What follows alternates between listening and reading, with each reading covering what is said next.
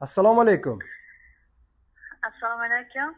Va alaykum assalom. Jizzaxdan Habibulla Saidovman. Giyohlar bo'yicha mutaxassisman. Onamga deb kavrak shirasi olgandim. Aha.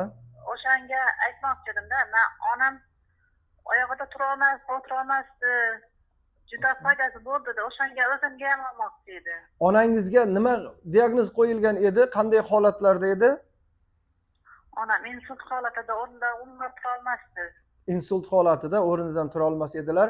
Oyoqlari Umuman turolmasdi. umuman tura olmasdi. Umuman. Yoshlari nechida edi? 76da.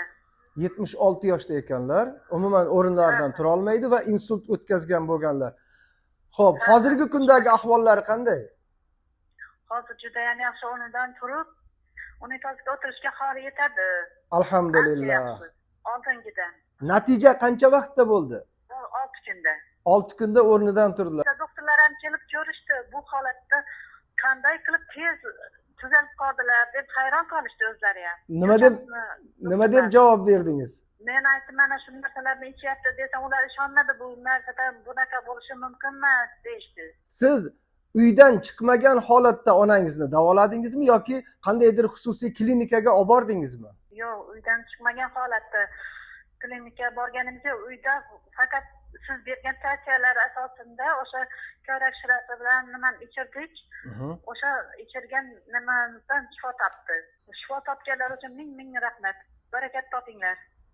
Barchasiga biz sababchimiz, shifoni Allohning o'zi beradi. Agar mana shu doktorlar ishonmaganiga, mumkin emas deganiga bizni hozir tomosha qilib turgan butun dunyo desak ham bo'ladi. Chunki bizga Germaniyadan, Amerikadan, Yaponiya yoki atrofimizdagi Qozog'iston, Qirg'iziston, Tojikistonlardan telefon qilishadi, murojaat qilish mana shu sahr yoki insult masalasida.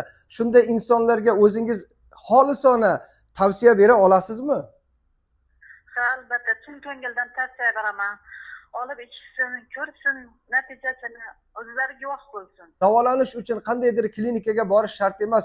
Uy sharoitida ham aytilganlarni so'zma-so'z nuqtasigacha bajarsangiz, albatta siz ham yoki sizni yaqinlaringiz ham 100% garantiya bilan shifo topib ketadi. Biz xursandmiz bugun Xorazmdan mana shunday xushxabar eshitganimizga. Ishonmaganlar bo'lsa, ba'zi bir odamlarga haqiqatdan ham boshiga shunday tashvish tushib turganlarga sizni raqamingizni bersak mumkinmi? Mayli,